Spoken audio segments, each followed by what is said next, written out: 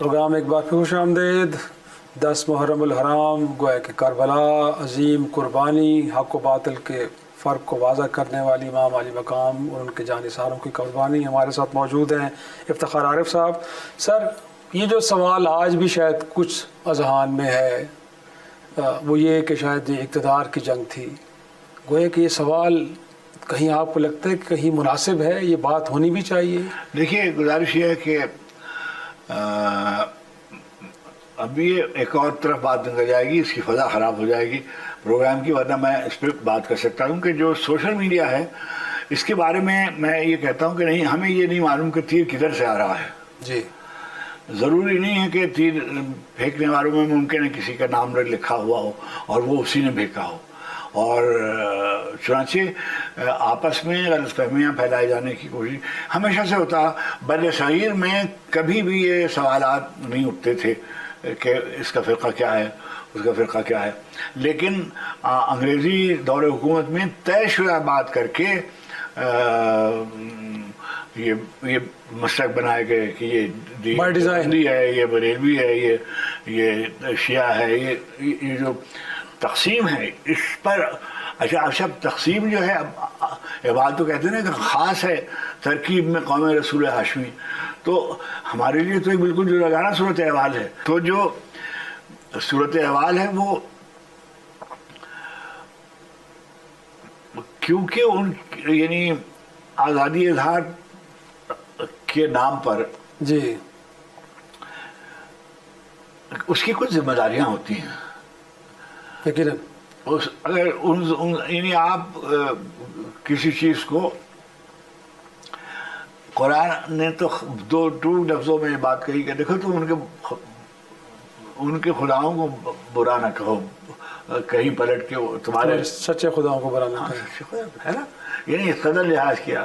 اور دیکھو تو کوئی لوگ ایسے بھی ہوتے ہیں کہ پتھروں سے پانی.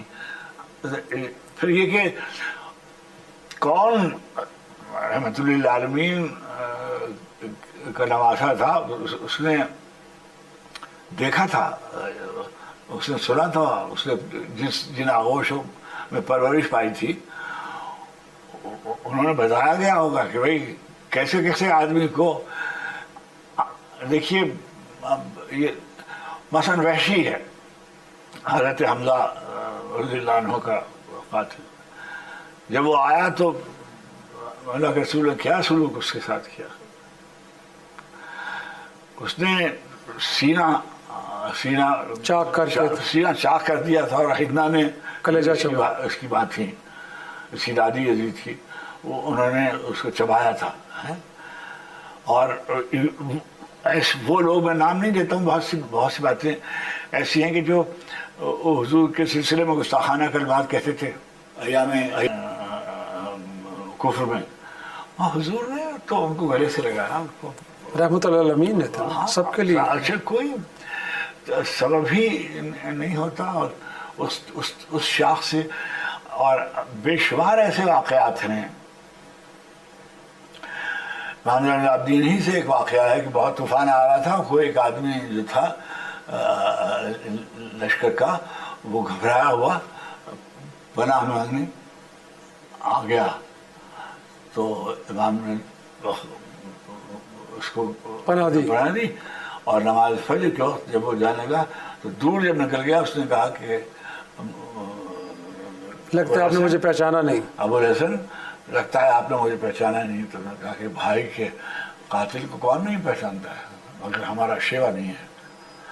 یہ جو حلم ہے، جو اسی طریقے سے جب حر جو تھے وہ روک رہے تھے تو ہمارا بنو ہاشم کا پہرا تھا دریا پر، مگر جب حر کا لشکر آیا تو امام نے فرمایا کہ خیمے یہاں سے اٹھا کرو، اور خود پانی لے کر ان کو اور ان کے جانوروں کی پلایا.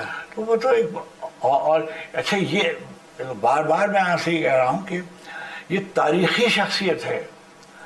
یعنی یہ واقعہ 680 عیسوی کو 10 اکتوبر کے دن ہوا تھا. یعنی یہ بھی ہے. اچھا، اب بعض اوقات یہ کہتے ہیں کہ بھئی بہت سی چیزیں بدل گئی ہیں، یہ نہیں ہونا چاہیے، یہ نہیں ہونا چاہیے، یہ نہیں ہونا چاہیے. جی، پیورٹنس جنہیں ہم کہتے ہیں اوپر. اب یہ جو مراسم ہیں ان کا ایک اپنا رول ہوتا ہے جی. اور جو کلچرل ڈائنامزم ہے اس کے کچھ تقاضے ہوتے ہیں. آپ نے اپنے تعارفی کلمات میں فرمایا تھا کہ دکن میں جب آئے تھے جی. تو دکن میں گولکنڈا، بیجاپور اور احمد نگر میں جو بادشاہ جو سلطنتیں تھیں جی. وہ سب شیعہ تھیں اور وہ سب یعنی دکنی اردو بولتی تھیں اور فارسی کی. اور ایک ساتھ سے ایران میں میر حسین وائز کاشفی، ان کی کتاب تھی روضۃ الشہداء، اس میں واقعات لکھے ہوئے ہوتے تھے. جیسا 2-3 طرح کی چیزیں ہیں جو ریفرنس مٹیریل جسے ہم کہتے ہیں جی. اس میں 2-3 طرح کا ریفرنس مٹیریل ہے ان کے بارے میں. ایک تو یہ ہے کہ فوری طور پر اس کو کہتے ہیں مقاتل. ایک مقاتل کے سورسز ہیں کہ ابن ابی مخرف ہیں اور خوارزمی ہیں، شیخ صدوق کا مقتل ہے، لہوف کا مقتل ہے. انہوں نے کہ مقتل میں یہ ہوا، مقتل میں یہ ہوا. جو لوگ بچ گئے تھے ادھر کے فوجوں نے ہم نے یہ دیکھا، ادھر سے تیر آیا تھا، خیمہ وہاں لگا ہوا تھا.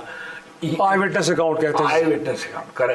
اچھا دوسری کہ ادھر سے کرسپونڈنٹ بھی آئے ہوئے تھے. جی. جیسے ایک نام رہتا ہے ہمارے یہاں بنی صغیر میں، ان کا نام شاید میں غلط پڑھ رہا ہوں، غلط تلفظ کے ساتھ کیا، حمید ابن مسلم، اور وہ کرسپونڈنٹ تھا عبید اللہ بن زیاد کا.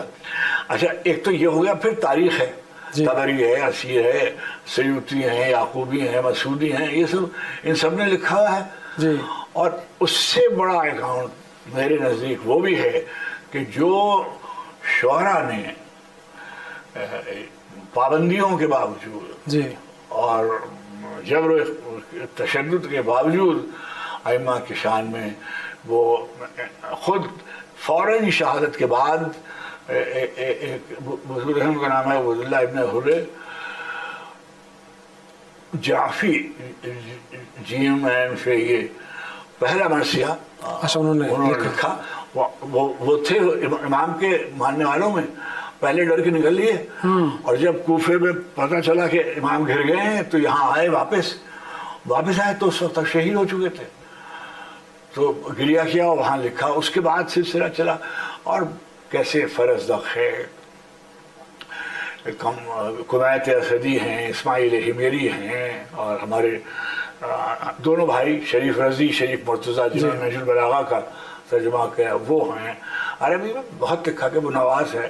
اور فارسی میں تو محتشم کاشانی، سب بزرگوں نے سے لے کے شہریار ہمارا موجودہ جو سب سے بڑا شاعر ایران کا تھا، محمد حسن حسینی، سلمان.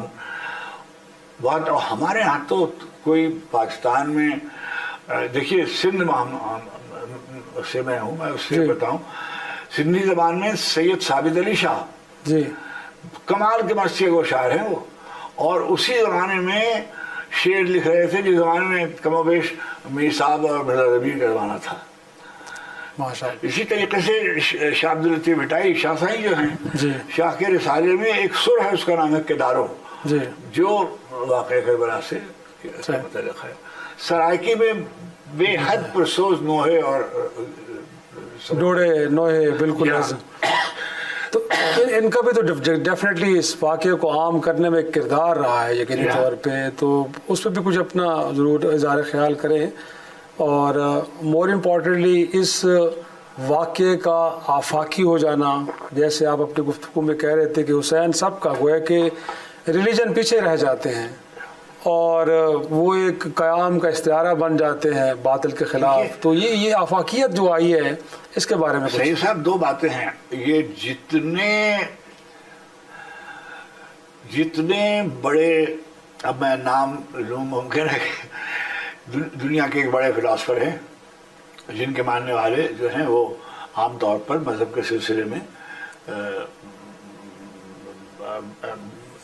دوسرا رویہ رکھتے ہیں، بہت ہی جارحانہ رویہ رکھتے ہیں. لیکن اس بات پر سب کا اعتقاد اور یقین اور ایمان ہے کہ جتنے بھی ہادی آئے ہیں وہ سب اپنے اپنے زمانے کے انقلابی تھے.